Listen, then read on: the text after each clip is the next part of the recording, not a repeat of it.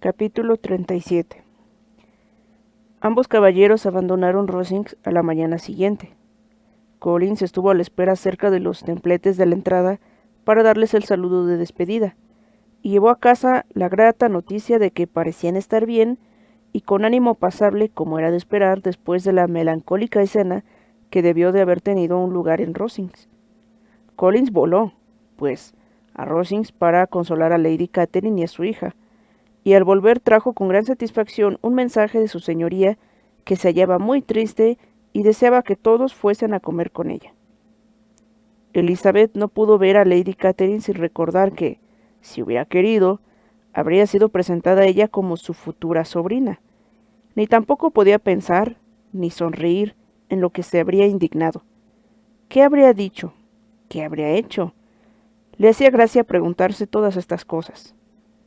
De lo primero que se habló fue de la merma sufrida en las tertulias de Rosings. «Les aseguro que lo siento mucho», dijo Lady Catherine. «Creo que nadie lamenta tanto como yo la pérdida de los amigos. Pero además, quiero tanto a esos muchachos y ellos me quieren tanto a mí. Estaban tristísimos al marcharse, como siempre que nos separamos. El coronel se mantuvo firme hasta el final, pero la pena de Darcy era mucho más aguda, más que el año pasado, a mi juicio. No dudo que su cariño por Rosings va en aumento». Collins tuvo un cumplido y una alusión al asunto que madre e hija acogieron con una amable sonrisa. Después de la comida, Lady Catherine observó que la señorita Bennet parecía estar baja de ánimo. Al punto se lo explicó a su manera, suponiendo que no le seducía la idea de volver tan pronto a casa de sus padres. Y le dijo: «Si es así, escriba usted a su madre para que le permita quedarse un poco más. Estoy segura de que la señora Collins se alegra de tenerla a su lado». «Agradezco mucho a su señoría tan amable invitación», repuso Elizabeth, «pero no puedo aceptarla. Tengo que estar en Londres el próximo sábado». «¿Cómo? Entonces no habrá estado usted aquí más que 6 semanas. Yo esperaba que estaría 2 meses. Así se lo dije a la señora Collins antes de que usted llegara. No hay motivo para que se vaya tan pronto. La señora Bennet no tendrá inconveniente en prescindir de usted otra quincena». «Pero mi padre, sí. Me escribió la semana pasada pidiéndome que volviese pronto». «Si su madre puede pasar sin usted, su padre también podrá. Las hijas nunca son tan necesarias para los padres como para las madres. Y si quisiera usted pasar aquí otro mes, podrá llevarla a Londres, porque he de ir a primeros de junio a pasar una semana. Y como a Danson no le importará viajar en el pescante, quedará sitio para una de ustedes. Y si el tiempo fuese fresco, no me opondría a llevarlas a las 2, ya que ninguna de ustedes es gruesa». «Es usted muy amable, señora, pero creo que no tendremos más remedio que hacer lo que habíamos pensado en un principio». Lady Catherine pareció resignarse. «Señora Collins, tendrá usted que mandar a un sirviente con ellas. Ya sabe que siempre digo lo que siento, y no puedo soportar la idea de que 2 muchachas viajen solas en la diligencia. No está bien. Busque usted la manera de que alguien las acompañe. No hay nada que me desagrade tanto como eso. Las jóvenes tienen que estar siempre guardadas y atendidas según su posición. Cuando mi sobrina Georgiana fue a Ramsgate el verano pasado, insistí en que fueran con ellas 2 criados varones. De otro modo, sería impropio de la señorita Darcy, la hija del señor Darcy de Pemberley y de Lady Anne. Pongo mucho cuidado en estas cosas. Mande usted a John con las muchachas, señora Collins. Me alegro de que se me haya ocurrido, pues sería deshonroso para usted enviarlas solas». «Mi tío nos mandará un criado». «Ah, un tío de ustedes. ¿Con qué tiene criado? Celebro que tengan a alguien que piense en estas cosas. ¿Dónde cambiarán los caballos?» «Oh, en Bromley, desde luego. Si cita mi nombre en la campana, la atenderán muy bien». Lady Catherine tenía otras muchas preguntas que hacer sobre el viaje, y como no todas las contestaba ella, Elizabeth tuvo que prestarle atención. Fue una suerte, pues de otro modo, con lo ocupada que tenía la cabeza, habría llegado a olvidar en dónde estaba. Tenía que reservar sus meditaciones para sus horas de soledad. Cuando estaba sola, se entregaba a ellas como su mayor alivio. No pasaba un día sin que fuese a dar un paseo para poder sumirse en la delicia de sus desagradables recuerdos. Ya casi sabía de memoria la carta de Darcy. Estudiaba sus frases una por una, y los sentimientos hacia su autor eran a veces sumamente encontrados. Al fijarse en el tono en que se dirigía a ella, se llenaban de indignación, pero consideraba con cuánta injusticia le había condenado y vituperado. Volvía su ira contra sí misma y se compadecía del desengaño de Darcy. Su amor por ella excitaba su gratitud y su modo de ser en general, su respeto, pero no podía aceptarlo y ni por un momento se arrepintió de haberle rechazado ni experimentó el menor deseo de volver a verle.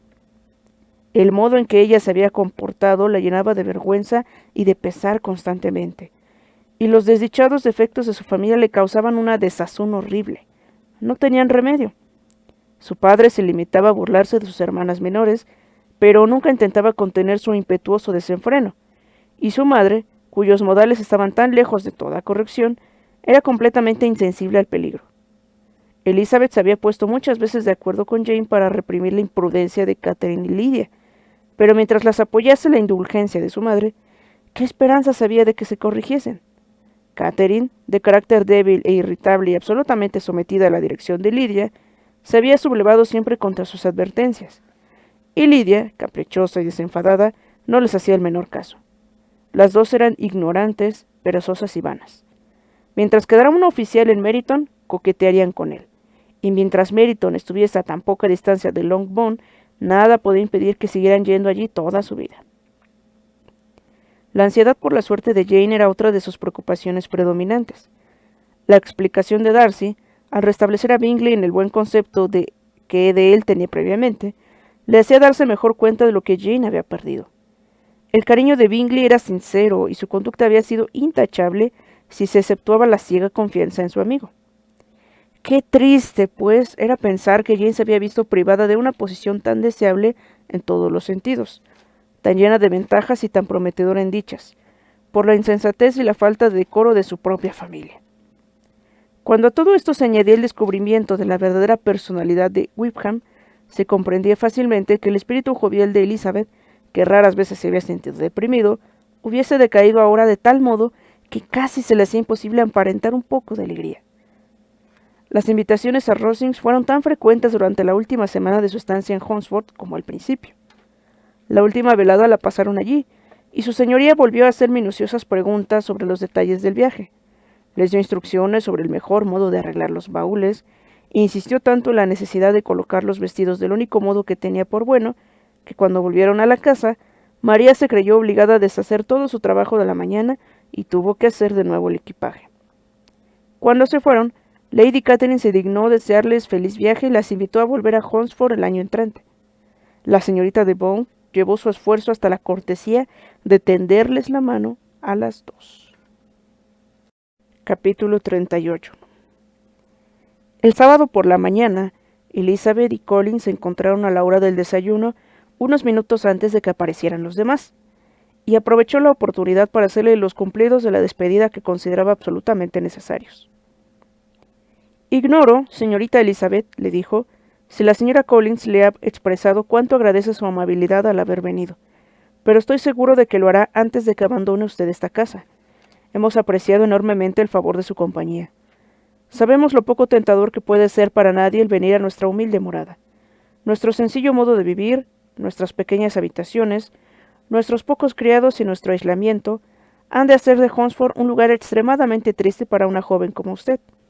Pero espero que crea nuestra gratitud por su condescendencia y en que hemos hecho todo lo que estaba a nuestro alcance para impedir que se aburriera. Elizabeth le dio las gracias efusivamente y dijo que estaba muy contenta. Había pasado 6 semanas muy felices, y el placer de estar con Charlotte y las amables atenciones que había recibido la habían dejado muy satisfecha. Collins lo celebró con solemnidad, pero más sonriente, repuso. Me proporciona el mayor gusto saber que ha pasado usted el tiempo agradablemente. Se ha hecho, realmente, todo lo que se ha podido. Hemos tenido la suprema suerte de haber podido presentarla a usted a la más alta sociedad y los frecuentes medios de variar el humilde escenario doméstico que nos han facilitado nuestras relaciones con Rosings nos permiten esperar que su visita le haya sido grata. Nuestro trato con la familia de Lady Catherine es realmente una ventaja extraordinaria y una bendición de la que pocos pueden alardear. ¿Ha visto en qué situación estamos en Rosings? ¿Cuántas veces hemos sido invitados allí? Debo reconocer sinceramente que, con todas las desventajas de esta humilde casa parroquial, Nadie que aquí venga podrá compadecerse mientras puedan compartir nuestra intimidad con la familia de Bow. Las palabras eran insuficientes para la elevación de sus sentimientos y se vio obligado a pasearse por la estancia, mientras Elizabeth trataba de combinar la verdad con la cortesía en frases breves. Así, pues, podrá usted llevar buenas noticias nuestras a Hertfordshire, querida prima. Al menos esta es mi esperanza. Ha sido testigo diario de las grandes atenciones de Lady Catherine para con la señora Collins, y confío en que no le habrá parecido que su amiga no es feliz. Pero en lo que se refiere a este punto, mejor será que me calle. Permítame solo asegurarle, querida señorita Elizabeth, que le deseo de todo corazón igual felicidad en su matrimonio. Mi querida Charlotte y yo tenemos más que una sola voluntad y un solo modo de pensar.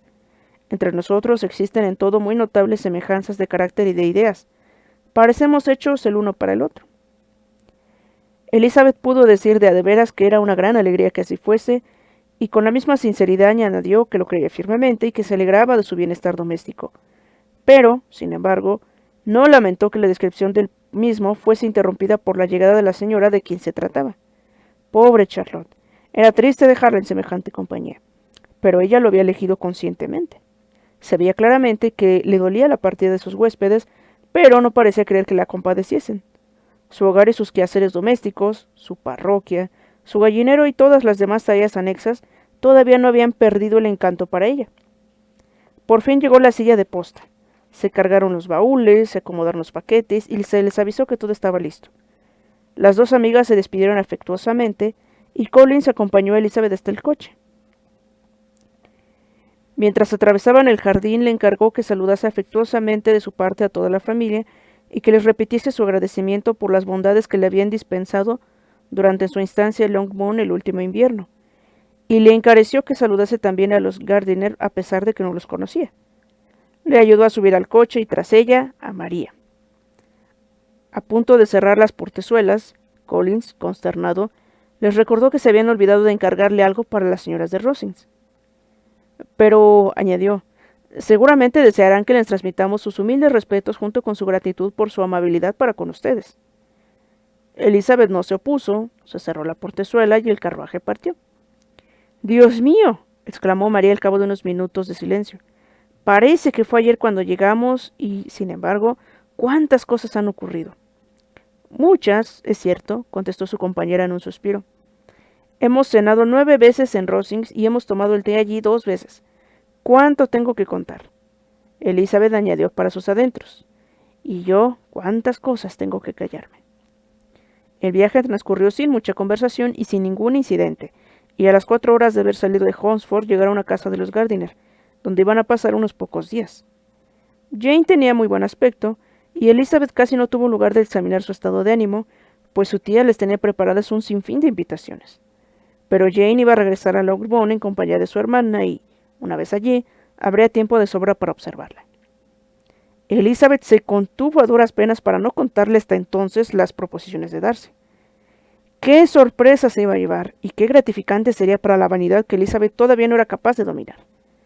Era una tentación tan fuerte que no habría podido resistirla a no ser por la indecisión en que se hallaba, por la extensión de lo que tenía que comunicar y por el temor de que si empezaba a hablar se vería forzada a mencionar a Bingley, con lo que solo conseguiría entristecer más aún a su hermana. Capítulo 39. En la segunda semana de mayo, las 3 muchachas partieron juntas de Gracechurch Street en dirección a la ciudad de X en Hertfordshire. Al llegar cerca de la posada donde tenía que esperarlas el coche del señor Bennet, vieron enseguida, como una prueba de la puntualidad de cochero, a Catherine y a Lydia que estaban al acecho en el comedor del piso superior. Habían pasado casi una hora en el lugar, felizmente ocupadas en visitar la sombrerería de enfrente, en contemplar al centinela de guardia y en alinear una ensalada de pepino. Después de dar la bienvenida a sus hermanas, les mostraron triunfalmente una mesa dispuesta con todo el fiambre que puede hallarse normalmente en la despensa de una posada, y exclamaron: —¿No es estupendo? ¿No es una sorpresa agradable? —Queremos convidaros a todas —añadió Lydia—, pero tendríais que prestarnos el dinero, porque acabamos de gastar el nuestro en la tienda de ahí afuera. Y enseñando sus compras, agregó: —Mirad qué sombrero me he comprado. No creo que sea muy bonito, pero pensé que lo mismo daba comprarlo que no. Lo desharé en cuanto lleguemos a casa y veré si puedo mejorarlo algo. Las hermanas lo encontraron feísimo, pero Lidia, sin darle importancia, respondió: Pues en la tienda había 2 o 3 mucho más feos, y cuando compré un raso de un color más bonito, lo arreglaré y creo que no quedará mal de todo. Además, poco importa lo que llevemos este verano, porque la guarnición del condado se va de Meriton dentro de 15 días. ¿Sí? ¿De veras? Exclamó Elizabeth satisfechísima. Van a acampar cerca de Bracton. A ver si papá nos lleva allí este verano. Sería un plan estupendo y costaría muy poco. A mamá le apetece ir más que ninguna otra cosa. Imaginad, si no, qué triste verano nos espera. Sí, pensó Elizabeth, sería un plan realmente estupendo y muy propio para nosotras. No nos faltaría más que eso. Brighton y todo un campamento de los soldados, con los trastornadas que ya nos han dejado un mísero regimiento y los bailes mensuales de mérito. Tengo que daros algunas noticias, dijo Lidia cuando se sentaron a la mesa. ¿Qué creéis? Es lo más sensacional que podáis imaginaros. Una nueva importantísima acerca de cierta persona que a todos nos gusta. Jane y Elizabeth se miraron y dijeron al criado que ya no lo necesitaban. Lidia se rió y dijo: Ah, eso revela vuestra formalidad y discreción. ¿Creeréis que el criado iba a escuchar? Como si le importase. Apostaría que oye a menudo cosas mucho peores que las que yo voy a contaros. Pero es un tipo muy feo. Me alegro de que se haya ido. Nunca he visto una barbilla tan larga. Bien, ahora vamos a las noticias. Se refieren a nuestro querido Whipham. Son demasiado buenas para el criado, ¿verdad? No hay peligro de que Whipham se case con Mary King. Nos lo reservamos. Mary King se ha marchado a Liverpool, a casa de su tía, y no volverá. Whipham está a salvo. Y Mary King está a salvo también, añadió Elizabeth, a salvo de una boda imprudente para su felicidad. Pues es bien tonta yéndose, si se le quiere. Pero supongo que no habría mucho amor entre ellos, dijo Jane. Lo que es por parte de él, estoy segura de que no. Mary nunca le importó. ¿Quién podría interesarse por una cosa tan asquerosa y tan llena de pecas? Elizabeth se escandalizó al pensar que, aunque ella fuese incapaz de expresar semejante ordinariez, el sentimiento no era muy distinta del que ella misma habría abrigado en otro tiempo y admitido como liberal. En cuanto hubieron comido y las mayores hubieran pagado, pidieron el coche y después de organizarse un poco, todas las muchachas, con sus cajas, sus bolsas de valor, sus paquetes y la mal acogida adición de las compras de Catherine y Lidia, se acomodaron en el vehículo. ¡Qué apretaditas vamos! Exclamó Lidia. Me alegro de haber comprado el sombrero, aunque sea solo por el gusto de tener otra sombrerera. Bueno, vamos a ponernos cómodas y a charlar y reír todo el camino hasta que lleguemos a casa. Primeramente, oigamos lo que has pasado a vosotras desde que os fuisteis. ¿Habéis conocido algún hombre interesante? ¿Habéis tenido algún flirt? Tenía grandes esperanzas de que una de vosotras pescaría marido antes de volver. Jane pronto va a hacerse vieja. Casi tiene 23 años. Señor, qué vergüenza me daría a mí si no me casara antes de los 23. No os podéis figurar las ganas que tiene la tía Phillips de que os caséis. Dice que Lizzie habría hecho mejor en aceptar a Collins, pero yo creo que habría sido muy aburrido. Señor, ¿cómo me gustaría casarme antes que vosotras? Entonces sería yo la que acompañaréis a los bailes. Lo que nos divertimos el otro día en la casa de los Forster. Catherine y yo fuimos a pasar allí el día, y la señora Forster nos prometió que daría un pequeño baile por la noche. Como la señora Forster y yo somos tan amigas, así que invitó a los Harrington, pero como Harry estaba enferma, Pen tuvo que venir sola. Y entonces, ¿qué creeráis que hicimos? Disfrazamos de mujer a Chamberlain para que pasase por una dama. ¿Os imagináis qué risa? No lo sabía nadie, solo el coronel, la señora Forster, Catherine y yo, aparte de mi tía, porque nos vimos obligadas a pedirle prestado uno de sus vestidos. No os podéis figurar lo bien que estaba. Cuando llegaron Denny, Whipham, Pratt y 2 o 3 caballeros más, no lo conocieron ni por lo más remoto. ¡Ay, cómo me reí! Y lo que se rió la señora Forster. Creí que me iba a morir de risa. Y entonces eso les hizo sospechar algo y enseguida descubrieron la broma. Con historias parecidas de fiestas y bromas, Lidia trató, con la ayuda de las indicaciones de Catherine, de entretener a sus hermanas y a María durante todo el camino hasta que llegaron a Lockbourne. Elizabeth intentó escucharla lo menos posible, pero no se le escaparon las frecuentes alusiones a Whipham. En casa las recibieron con todo el cariño. La señora Bennet se regocijó al ver a Jane tan guapa como siempre, y el señor Bennet, durante la comida, más de una vez le dijo a Elizabeth de todo corazón: «Me alegro de que hayas vuelto. Lizzie. La reunión en el comedor fue numerosa, pues habían ido a recoger a María y a oír las noticias, la mayoría de los Lucas. Se habló de muchas cosas. Lady Lucas interrogaba a María, desde el otro lado de la mesa, sobre el bienestar y el corral de su hija mayor. La señora Bennet estaba doblemente a guardar las modas de su hija, explicaba por un lado, y en transmitir a los informes a las más jóvenes de las Lucas por el otro. Lidia, chillando más que nadie, detallaba lo que habían disfrutado por la mañana a todos los que quisieran escucharla. «Oh, Mary», exclamó, «cuánto me hubiese gustado que hubieras venido con nosotras. Nos hemos divertido de lo lindo».